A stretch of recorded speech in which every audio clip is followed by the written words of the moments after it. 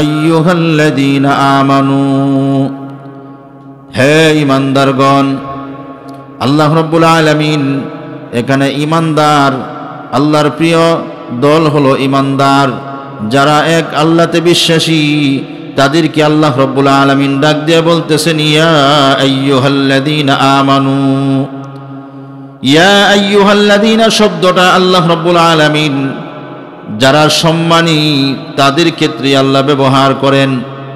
এই জন্য মুমিনরা যেহেতু দুনিয়াতেও সম্মানী, ঈমানদাররা যেহেতু দুনিয়া এবং আখিরাতে উভয় জায়গাতে সম্মানী, এই জন্য আল্লাহ রাব্বুল আলামিন এখানে ইয়া আইয়ুহাল্লাযীনা আমানু জায়গায় জায়গায় আল্লাহ রাব্বুল আলামিন ইয়া আইয়ুহাল্লাযীনা আমানু বলে ডাক দিছেন, আদর করে ডাক দিছেন। আমরা আমাদের যারা প্রিয় আছে, যারা মোহাব্বতের আছে, তাদেরকে এরকমভাবে সুন্দর করে আদরের সাথে আমরা ডাক দেই। ঈমানদার যারা, তাদেরকে আল্লাহ রাব্বুল আলামিন খুব ভালোবাসে। ঈমানদার যারা, তাদেরকে আল্লাহ রাব্বুল আলামিন খুব মোহাব্বত করে। ঈমানদারদের বন্ধু হলো আল্লাহ, ঈমানদারদের দুস্তু হলো আল্লাহ। কারণ যারা ঈমানদার, যারা মুমিন, তাদেরকে যারা ঈমানদার, ঈমান আনছে, তাদেরকে মুমিন বলা হয়। আল্লাহকে যারা বিশ্বাস করে, না দেখেও যারা আল্লাহকে বিশ্বাস করে, যারা নবীজিকে বিশ্বাস করে, সমস্ত আসমানি কিতাব সমূহকে বিশ্বাস করে, জান্নাতকে না দেখেও বিশ্বাস করে, জাহান্নামকে না দেখেও বিশ্বাস করে, কবরের আযাবকে না দেখেও বিশ্বাস করে, এরকমভাবে কিয়ামতের ময়দানকে না দেখেও বিশ্বাস করে, এই সমস্ত কিছু যারা না দেখে শুধু বর্ণনা শুনে 100 ভাগের 100 ভাগ যারা বিশ্বাস করে, তাদেরকেই বলা হয় মুমিন। আল্লাহ রাব্বুল আলামিনের 99টা সিফতি নামের মধ্যে একটা নাম আছে মুমিন। এই জন্য আল্লাহ রাব্বুল আলামিনের একটা সিফতি নাম হলো মুমিন। আর যারা ঈমানদার তাদেরকেও বলা হয় মুমিন।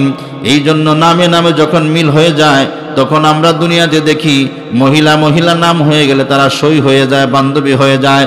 আর পুরুষে পুরুষে নামে নামে যখন মিল হয়ে যায়, তখন এরকমভাবে একজন আরেকজনের দুস্থ হয়ে যায়, একজন আরেকজনের মিতা হয়ে যায়, একজন আরেকজনের এরকম বন্ধু হয়ে যায়। এজন্য আল্লাহ রাব্বুল আলামিনের নাম যেহেতু একটা সিফতি নাম, যেহেতু মুমিন, এদিক দিয়ে যারা ঈমান আনবে তারাও হয়ে যায় মুমিন। পুরুষ মুমিন, মহিলারা হলো মুমিনা। এজন্য তারা যেহেতু মুমিন হয়ে যায়, আল্লাহ রাব্বুল আলামিনের নামের সাথে, গুণের সিফতি নামের সাথে মিলে যায়। এই জন্য আল্লাহ রাব্বুল আলামিন আর ওই ঈমানদার তারা বন্ধু হয়ে যায়। আল্লাহ কোরআনে কারীমের মধ্যে ঘোষণা করেছেন আল্লাহু ওয়ালিয়ুল্লাযীনা আমানু, ঈমানদারদের অভিভাবক হলেন আল্লাহ। যারা ঈমান আনেছে, যারা মুমিন হয়েছে, তাদের অভিভাবক হলেন আল্লাহ, তাদের বন্ধু হলেন আল্লাহ, তাদের দুস্তু হলেন আল্লাহ।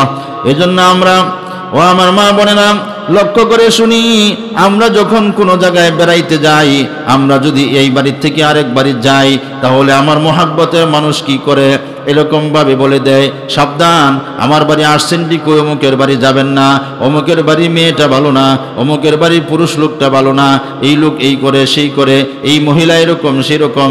এরকম ভাবে নতুন জায়গায় গেলে ওই একজন মহিলা আরেক বাড়িতে গেলে অপরিচিত আরেকজন মহিলার ব্যাপারে এরকম সতর্কবাণী দেয়া দেয়। তার সাথে গেলে আপনিও হয়তোবা কোনো দোষের তুলে পড়ে যাইতে পারেন, তার বাড়িতে গেলে আপনিও হয়তোবা কোনো দোষের তুলে পড়ে যাইতে পারেন। এই জন্য আল্লাহ রাব্বুল আলামিন যেহেতু আপনার আমার সবচেয়ে বড় বন্ধু, সবচেয়ে বড় দুস্তু, দুনিয়াতেও দুস্তু এরকম দুস্তুকে সতর্ক করে, দুনিয়াতে এরকম ভাবে বান্ধবী বান্ধবীকে সতর্ক করে, সই সইকে সতর্ক করে, মিতা মিতাকে সতর্ক করে, ঠিক তেমনি ভাবে আল্লাহ রাব্বুল আলামিন যেহেতু বান্দাদের সবচেয়ে বড় বন্ধু, সেই হিসাবে আল্লাহ রাব্বুল আলামিন আপনাকে আমাকে অপরিচিত দুনিয়া পাঠায়া আল্লাহ রাব্বুল আলামিন আমাদেরকে সতর্ক করতেছেন। কি সতর্ক করতেছেন?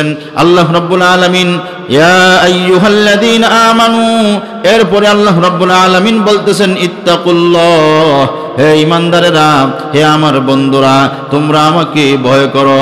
ইত্তাকুল্লাহ, তোমরা আল্লাহকে ভয় করো। তোমরা আল্লাহকে ভয় করো। আল্লাহ রাব্বুল আলামিন বন্ধু সেজে দোস্তু সেজে তার সমস্ত বন্ধুদেরকে বলতেছেন আল্লাহকে যেন আমরা ভয় করি, আল্লাহকে আমরা ভয় করি। কারণ কি, আল্লাহকে যদি আমরা ভয় করতে পারি, আল্লাহ রাব্বুল আলামিনের ভয় যদি আমার কলবের ভিতরে আনতে পারি, মাওলা পাকের ভয় যদি আমার কলবের ভিতরে আনতে পারি, তাহলে আস্তে আস্তে আস্তে আস্তে গুনাহ দূর হয়ে যাবে। মাওলা পাকের ভয় যদি আমার ভিতরে থাকে, তাহলে এরকম গুনার কাজ ভালো লাগবে না, মিথ্যা কথা বলতে সাহস পাবো না। কারণ আমি মিথ্যা বললেই দুনিয়ার কোনো মানুষ না জানলেও আমার মাওলা জেনে যাবে। মাওলা পাকের ভয় যদি আমার ভিতরে থাকে, আমি গুনার কাজ করতে পারবো না, হারাম কাজ করতে পারবো না। হারাম কাজ করতে গেলে আমার মনের মধ্যে এসে যাবে দুনিয়ার কোনো মানুষ না দেখলেও আমার মাওলা আমার কাজটা দেখে ফেলতেছে, তাই হারাম কাজ আমি করতে পারবো না।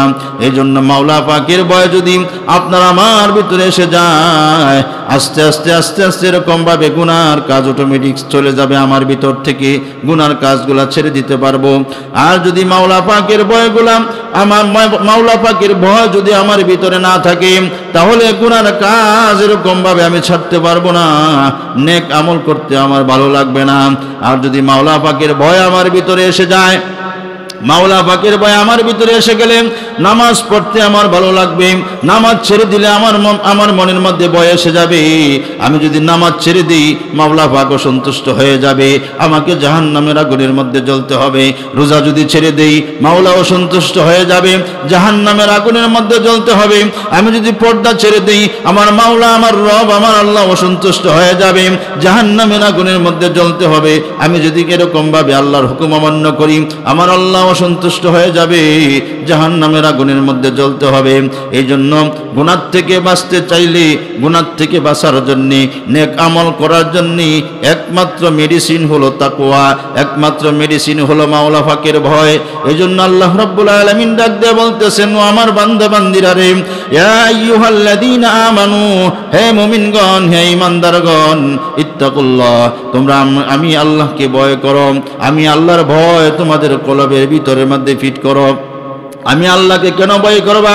আমরা দুনিয়াতে লক্ষ্য করলে দেখি একজন মানুষ আরেকজন মানুষকে তিন কারণে ভয় করে থাকে। এক নম্বর কারণ হলো, কোনো ব্যক্তির যদি বিশাল ধন সম্পদ থাকে, অনেক টাকা পয়সা থাকে, তাহলে ওই ব্যক্তিকে দেখে সকলেই ভয় পায়। সাবধান, তার সাথে ব্যতিক্রম কিছু করা যাবে না, বাড়তি কথা বলা যাবে না। যদি সে রাগান্বিত হয়ে যায়, তাহলে তার টাকা পয়সার অভাব নাই, সে তার টাকা পয়সা দিয়ে আমার যে কোনো ক্ষতি করতে পারে, যে কোনো কিছু করে ফেলতে পারে। এই জন্য যার অর্থ সম্পদ বেশি, তাকে এরকম ভাবে দুনিয়ার মানুষ ভয় পায়। দুই নম্বরে ভয় পায় যার এরকম শক্তি বেশি, যদি 5টা 10টা বায়ানচারি থাকে, এরপরে তাদের যদি প্রত্যেকের আরো 2-4-5টা করে সন্তান থাকে, তাদের যদি গোষ্ঠী বড় থাকে, 20-30 জন 40 জন 50 জন মানুষ থাকে, তাহলে ওই রকম জন দেখেও কিন্তু এরকম ভাবে মানুষ ভয় পায়। তাকে দেখে ভয় পায় যে তার সাথে বাড়া যাবে না, তার লোক সংখ্যা বেশি, ডাক মারলে অনেক লোক লাঠি নিয়ে আসবে, এই জন্য ভয় পায়।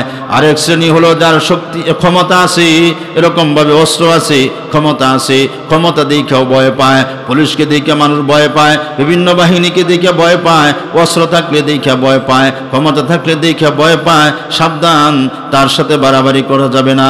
তার সাথে বাড়াবাড়ি করলে সে যে কোনো সময় আমার উপরে অ্যাটাক করবে, আমার ক্ষতি করবে। আমার মা বোনেরা, 3 কারণে দুনিয়াতে মানুষকে ভয় পায়। 1 নম্বর কারণ হলো যদি অর্থ সম্পদ বেশি থাকে, 2 নম্বর কারণ হলো যদি তার জনবল বেশি থাকে, 3 নম্বর কারণ হলো যদি এরকম ভাবে তার এই অস্ত্র বেশি থাকে, ক্ষমতা বেশি থাকে। এই 3টা কারণে মানুষ একজন আরেকজনকে ভয় পায়। আমার মা বোনেরা, আমি আল্লাহ রাব্বুল আলামিনকে কেন ভয় পাবো? আল্লাহ রাব্বুল আলামিনকে এই জন্যই ভয় পাবো যে 3 কারণে মানুষ মানুষকে ভয় পায়, এটি তো দুনিয়ার মানুষের কাছে সামান্য আছে। এই 3টা জিনিস আমি আল্লাহ রাব্বুল আলামিনের কাছে এত পরিমাণে আছে, যেটার শুরু আছে শেষ নাই, যেটা কোনোদিন বর্ণনা করে শেষ করা যাবে না। আমি আল্লাহ রাব্বুল আলামিনের কাছে এমন অর্থ আছে, আল্লাহ রাব্বুল আলামিন বলেন, দুনিয়ার যত রাজা বাদশাহ আছে, দুনিয়ার সমস্ত ধন সম্পদ যদি একজন ব্যক্তির কাছেও হয়ে যায়, তাহলে ওই ব্যক্তি হলো আল্লাহ রাব্বুল আলামিনের কাছে ফকির। একমাত্র ধনী হলো আল্লাহ। আল্লাহ রাব্বুল আলামিন বলেন, ওয়াল্লাহুল গনিয়্যু ওয়া আনতুমুল ফুকারা, ওয়াল্লাহুল গনিয়্যু ওয়া আনতুমুল ফুকারা। আল্লাহ রাব্বুল আলামিন বলেন, একমাত্র ধনী হলেন আল্লাহ, একমাত্র ধনী হলেন আল্লাহ, আর দুনিয়ার সব ফকির। আল্লাহ রাব্বুল আলামিনের ধন থেকেই দুনিয়ার মানুষকে সামান্য সামান্য কিছু ধন দিয়েছেন। আল্লাহ দিলে তারা পান, আর আল্লাহ না দিলে কেড়ে নিলে তাদের কাছে রাখার কোনো ক্ষমতা তাদের নাই। এই জন্য একমাত্র ধনী হলেন আল্লাহ, আর সব হলো ফকির। এরপরে আল্লাহ রাব্বুল আলামিন বলেন, ওয়ালিল্লাহি খাযাইনুস সামাওয়াতি ওয়াল আরদ। আসমান এবং জমিনের যত খাজানা আছে, আসমান এবং জমিনের যত সম্পদ আছে, যত ধন আছে, সমস্ত কিছু আমি আল্লাহ রাব্বুল আলামিনের, সব কিছু আমার। এই জন্য ধন দেখে যদি মানুষকে ভয় পায়, তাহলে এই ধনের জন্য আল্লাহকেও ভয় পাইতে হবে। কারণ দুনিয়ার আসমান এবং জমিনে যত সম্পদ আছে, যত ধন আছে, সমস্ত কিছু একমাত্র আল্লাহ রাব্বুল আলামিনের, সব কিছু আল্লাহর। এই জন্য আল্লাহর কোনো অভাব নাই, আল্লাহর ধনেরও কোনো অভাব নাই। অগণিত ধন সম্পদ যার বর্ণনা করে শেষ করা যাবে না। এই জন্য একটা কারণে আল্লাহ রাব্বুল আলামিনকে ভয় করব। 2 নম্বর কারণ হলো জনবলের কারণে মানুষকে ভয় করে। জনবলের কারণে আল্লাহ রাব্বুল আলামিনকে ভয় করতে হবে, কারণ আল্লাহ রাব্বুল আলামিনের জনবলের অভাব নাই। আল্লাহ রাব্বুল আলামিন যদি কোন বলে ফেলে, যে কোনো পাখি, যে কোনো প্রাণী, যে কোনো কিছু আল্লাহ রাব্বুল আলামিনের পক্ষে জনবল হয়ে যায়। আমরা দেখেছি আব্রাহা যেরকম ভাবে হস্ত বাহিনী নিয়ে কাবাগর ধ্বংস করতে আসতেছিল, বিশাল হস্তি বাহিনীকে ধ্বংস করার জন্য আল্লাহ রাব্বুল আলামিন দুনিয়ার বড় বড় শক্তিশালী কোনো কিছু ব্যবহার করেন নাই। দুনিয়ার সবচেয়ে ছোট পাখি, চড়ুই পাখির মতো ছোট ছোট পাখি, আর ডালের মতো ছোট ছোট কঙ্কর দিয়া বিশাল হস্তি বাহিনীকে আল্লাহ রাব্বুল আলামিন ধ্বংস করে দিয়েছিলেন। ওয়া আরসালা আলাইহিম তায়রান আবাবিল তারমিহিম বিহিজারাতিন মিন সিজ্জিল ফাজআলাহুম কাআসফিন মাকুল।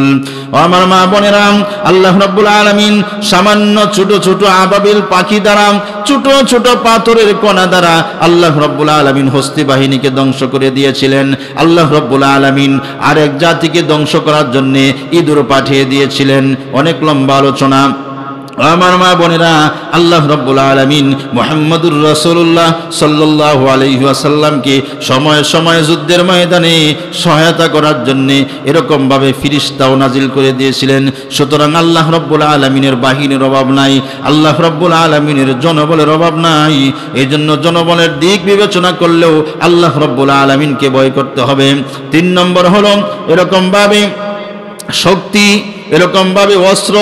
ও আমার মা বোনেরা, লক্ষ্য করে দেখেন, ওই যে কিছুক্ষণ আগেই আলোচনা করলাম যে আল্লাহ রাব্বুল আলামিনের নতুন কোনো অস্ত্রের প্রয়োজন নাই।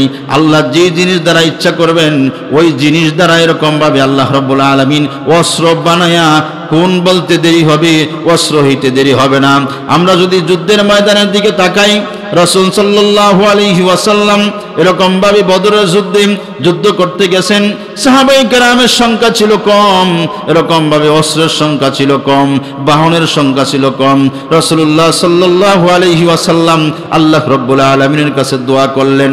আল্লাহ রাব্বুল আলামিন নবীজির দোয়া কবুল করলেন। এরকম ভাবে সাহাবায়ে কেরাম অনেকের হাতে অস্ত্রের ব্যবস্থা ছিল না। কিতাবের মধ্যে আসছে মরা খেজুরের ডাল এরকম ভাবে হাতে নিছেন, মরা খেজুরের ডাল দিয়া যখন কাফেরদের উপর আক্রমণ করছেন, দেখেন মরা খেজুরের ডালের আঘাতে কাফেরদের কাল্লা এরকম ভাবে দেহ থেকে দ্বিখণ্ডিত হয়ে জমিনে পড়ে গেছে। এজন্য আল্লাহ রাব্বুল আলামিনের অস্ত্রের অভাব নাই, আল্লাহ রাব্বুল আলামিনের শক্তির অভাব নাই, আল্লাহ রাব্বুল আলামিনের ক্ষমতার অভাব নাই।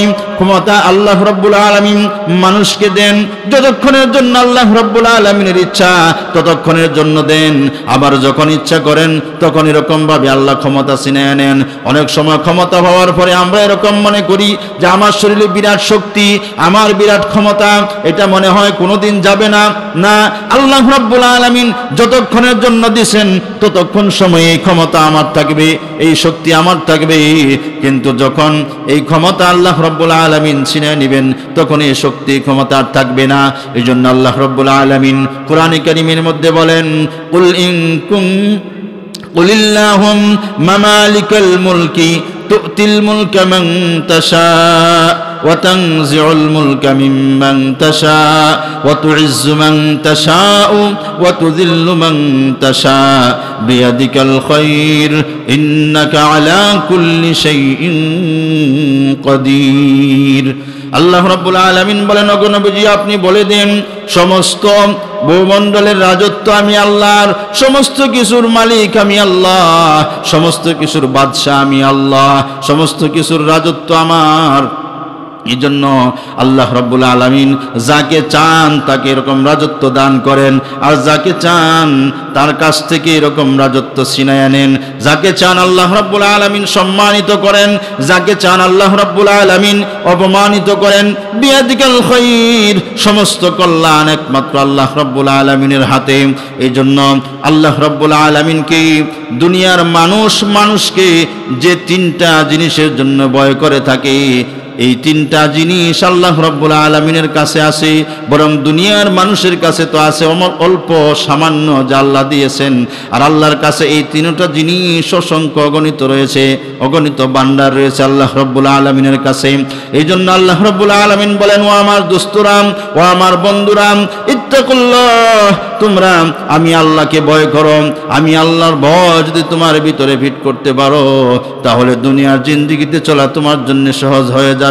গুনার কাজ থেকে এরকম বেঁচে থাকতে পারবে, নেক আমলগুলা ভালোভাবে করতে পারবে।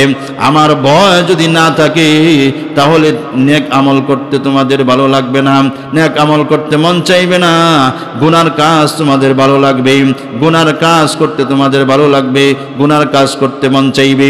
এরপরে আল্লাহ রাব্বুল আলামিন আয়াতের শেষ অংশ বলেন, ওয়াকুনু মা'আস সাদিকিন, তোমরা সত্যবাদীদের সাথে থাকো, সাদিকিনদের সাথে থাকো। সত্যবাদীদের সাথে আল্লাহ রাব্বুল আলামিন কেন থাকতে বললেন? ওই যে কিছুক্ষণ আগে আলোচনায় বলছিলাম, দুস্তুকে এরকম পরিচয় করায় দে, অমুকের বাড়িতে যাবা না, অমুক রাস্তা দিয়া যাবা না, অমুকের সাথে চলবা না, অমুক রাস্তা দিয়ে গেলে বিপদ আপদ হইতে পারে, অমুক বাড়িতে গেলে বিপদ আপদ হইতে পারে, অমুকের সাথে চললে বিপদ আপদ হইতে পারে। এজন্য আল্লাহ রাব্বুল আলামিন তার বন্ধুদেরকে বলতেছেন, ওয়াকুনু মা'আস সাদিকিন, তোমরা সত্যবাদী হয়ে যাও, সত্যবাদীদের সংসর্গ গ্রহণ করো, সত্যবাদীদের সাথে চলো, তোমরা সত্যবাদীদের সাথে বন্ধুত্ব গ্রহণ করো।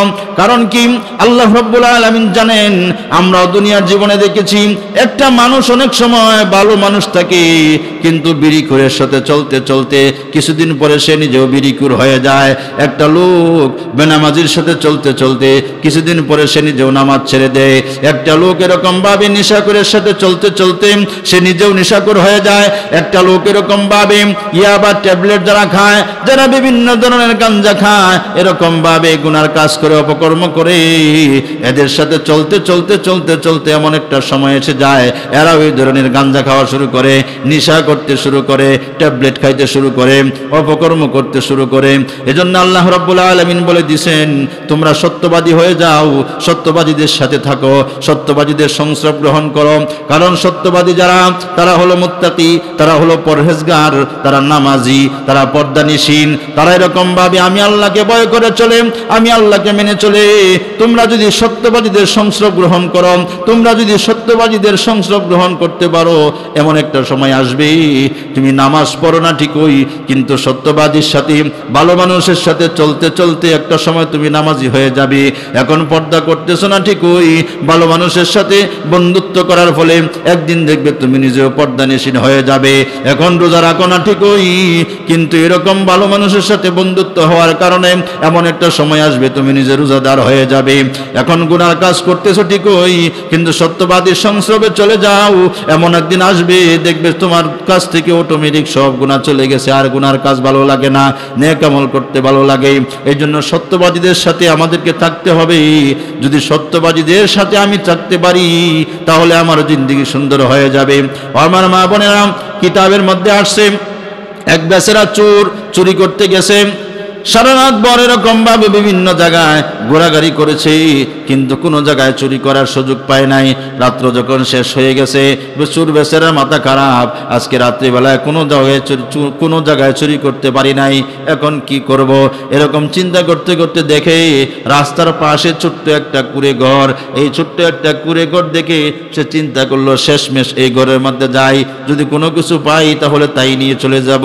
ওই বেচারা দেখে একেবারে দরজা লাগানো না লাগানো এক সমান ছোট ঘর, ভাঙাচোরা একটা ঘর, এরকম ভাবে সে ঘরের ভিতরে প্রবেশ করলো। ঘরের ভিতরে প্রবেশ করে দেখে ঘরের ভিতরে কোনো কিছু নাই, খাবার কোনো জিনিস নাই, দামি কোনো জিনিস নাই, শুধু ঘরের মধ্যে একটা বদনা আছে আর একটা জায়নামাজ আছে। চোর বেচারা চিন্তা করলো, যাক এই বদনা জায়নামাজ নিয়ে যাব, যেহেতু ঘরে ঢুকেছি, খালি হাতে যদি চলে যাই তাহলে আমার ইজ্জত থাকে না, আসছি যেহেতু যাই পাইছি তাই নিয়ে যাব। ওই বেচারা বদনা জায়নামাজ নিয়ে যখন বের হয়ে যাবে, তখন ঘর থেকে একজন ডাক দিয়ে বলতেছে, দাঁড়াও দাঁড়াও, আমার কি ভাগ্য, মেহমান মানুষের ঘরে মেহমান আসে দিনের বেলায়, আর আমার ঘরে মেহমান আসছে রাত্রিবেলায়, আমি কি দিয়ে এখন তোমাকে আপ্যায়ন করব? আপ্যায়ন করার তো কিছু নাই। চোর বেচারা চিন্তায় পড়ে গেছে, এই বেচারা কি কয়, আমি বলে তার ঘরে মেহমান, আমি আসছি চুরি করতে, আর সে বলতেছে মেহমান, লোকটা কি ভালো নাকি পাগল? সে দ্বিধাদ্বন্দ্বে পড়ে গেল। চোর চিন্তা করে পাইতেছে না এখন কি করবে, দৌড় দেবে কিনা। এমন সময় ভিতরের লোকটা বলতেছে, তোমার ভয় পাওয়ার কিছু নাই, তোমার কোনো ক্ষতি আমি করব না, তুমি যেহেতু এই দুইটা জিনিস চুরি করে নিয়ে যাইতে চাইছো, তুমি নিয়ে যাইবা, আমার কোনো আপত্তি নাই, তবে আমার একটা দাবি আছে। কয় কি দাবি? কয় দাবিটা হলো যে বদনাটা তুমি নিতেছো, আমি 5 ওয়াক্ত নামাজের সময় এই বদনা দিয়া পানি দিয়া ওযু করে, এই বদনার পানি দিয়া ওযু করে থাকি। এই যে বদনাটা তুমি নিয়ে যাইতেছো, এই বদনাটা তাহাজ্জুদের নামাজের সময় আমি পানি উঠাইয়া ওযু করে থাকি। বিভিন্ন সময় আমার যখন ওযু প্রয়োজন পড়ে এই বদনা দিয়ে আমি ওযু করে থাকি।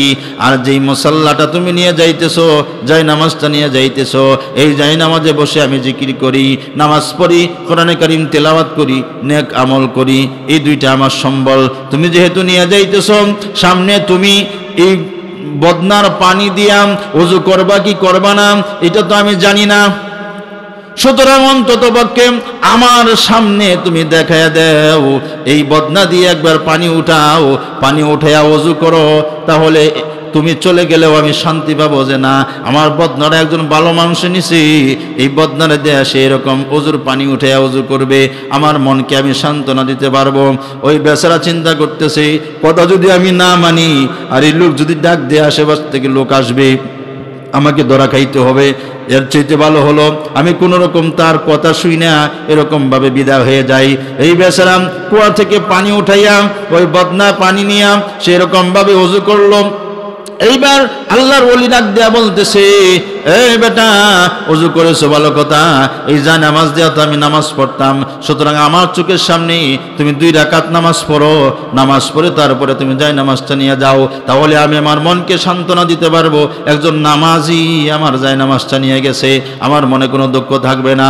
ওই বেচারা চিন্তা করলো, ওযু যেহেতু করেই ফেলেছি, তাহলে যাই নামাজে দাঁড়াইলে আর সমস্যা কি, সূরা কেরাত জানি আর না জানি, যাই হোক কোনো রকম 2-3টা সেজদা দিয়ে তারপরে সালাম ফিরে চলে যাব, তাও তো এই ব্যক্তির হাত থেকে মুক্তি পাবো। এরকম চিন্তা ভাবনা করে সে যখন এরকম ভাবে তাকবীরে তাহরিমা আল্লাহু আকবার বলে হাত বাঁধছে, হাত বাঁধার সাথে সাথে এদিক দিয়ে আল্লাহর ওলিও হাত বেঁধে ফেলেছে। আল্লাহর ওলিও 2 হাত এরকম ভাবে আল্লাহ রাব্বুল আলামিনের দরবারে উঠায়া দিয়েছে। উঠায়া দিয়ে আল্লাহর ওলি ডাক দিয়ে বলতেছে, আল্লাহ, একজন পথহারা মানুষ রাত্রিবেলায় আমার ঘরে আসছে চুরি করছে। আল্লাহ, সেও তো তোমার বান্দা, আমার কাছে যতটুকু করণীয় ছিল আমি ততটুকু করেছি মাওলা। বদনা দিয়া ওযু করাইয়া মুসাল্লায় তাকে নামাজের মধ্যে দাঁড় করাইয়া দিছি মাওলা। এর চেয়ে বেশি কিছু করার ক্ষমতা আমার নাই। আমি বান্দা হিসাবে যা কিছু করণীয় করেছি মাওলা, তোমার এই গুনাহগার বান্দাকে তুমি কবুল করে নাও। এরকম আল্লাহর ওলি যখন দোয়া করতেছেন, আল্লাহ রাব্বুল আলামিন আল্লাহর বান্দার আল্লাহর ওলির দোয়া কবুল করে নিছে। ওই আল্লাহর ওলির দোয়া কবুল করে চোর বেচারাকেও আল্লাহর ওলিতে রূপান্তরিত করে দিয়েছে। তার গুনাহগুলো আল্লাহ মাফ করে দিয়েছে। ওই আল্লাহর বান্দা কি আল্লাহর ওলিকে আলহামে জানায় দিছে, যা তুই সাধারণ একটা বান্দা হইয়া, আমার একটা মাখলুক হইয়া, তুই যদি আমার একটা বান্দার জন্য, পথগুলা বান্দার জন্য এত কৌশলে ওযু করাইয়া নামাজের মুসাল্লা দাঁড় করাইতে পারো, আমি আল্লাহ কামুল হাকিমিন, আমি আল্লাহ রহমানুর রহিম, আমি আল্লাহ গফফার হইয়া আমি কি আমার বান্দাকে ক্ষমা করতে পারি না? যা তুমি তাকে জানাইয়া দাও, আমি আল্লাহ রাব্বুল আলামিন ওই বান্দার সব গুনাহগুলো মাফ করে দিছি। শুধু মাফ করে ক্ষান্ত হই নাই, তার নামটা আমি আমার প্রিয় বান্দাদের নামের তালিকায় উঠাইয়া নিয়েছি। সুবহানাল্লাহ। এজন্য একজন চোর আল্লাহ ওয়ালার ঘরে গেছে চুরি করতে, সাদিকিন ব্যক্তির কাছে গেছে চুরি করতে গেছে, উদ্দেশ্য ভালো না, তারপরে সত্যবাদীর ঘরে যে সে যখন পৌঁছে গেছে, সে ঘরে শুধু গেছে, উদ্দেশ্য খারাপ থাকার পরেও সাদিকিনের কাছে যাওয়ার কারণে কৌশলে যে কোনোভাবেই হোক তার গুনাহগুলো মাফ হয়ে গেল, সে এখন নেককার বান্দা হয়ে গেছে। ও আমার মা বোনেরা, আমরা যেহেতু ইমানদার, আল্লাহকে ভয় করি, সুতরাং মৃত্যুর আগ পর্যন্ত আমাদেরকে এরকম সাদেক ব্যক্তিদের সংস্পর্শে থাকতে হবে, আল্লাহওয়ালাদের সোহবতে থাকতে হবে, আল্লাহওয়ালাদের দিক নির্দেশনায় চলতে হবে। যদি আপনি আমি আল্লাহওয়ালাদের দিক নির্দেশনায় চলতে পারি, তাদেরকে এরকম মেনে চলতে পারি, তাহলে আমার দুনিয়ার জিন্দেগি সুন্দর হয়ে যাবে, আমার আমলগুলা সুন্দর হয়ে যাবে। দুনিয়ার জিন্দেগি আর আমল যদি সুন্দর হয়ে যায়, পরকালটাও আমার নাজাতের উসিলা হয়ে যাবে। আমার মা বোনেরা, হযরত কথা বলবেন, সময় সংক্ষিপ্ত। আমি যতটুকু আলোচনা করলাম তার সারমর্ম হলো, আমরা যেহেতু ইমানদার, ঈমান এনেছি, আমাদেরকে আল্লাহর ভয় আমাদের ভিতরে আনতে হবে এবং সত্যবাদীদের সাথে থাকতে হবে। আল্লাহ রাব্বুল আলামিন আমাদেরকে আল্লাহর ভয় আমাদের ভিতরে আনার এবং সত্যবাদীদের সাথে থাকার তৌফিক দান করুন। আমিন। ওয়া আখিরু দাওয়ানা আনিল হামদুলিল্লাহি রাব্বিল আলামিন। আসসালামু আলাইকুম ওয়া রাহমাতুল্লাহ।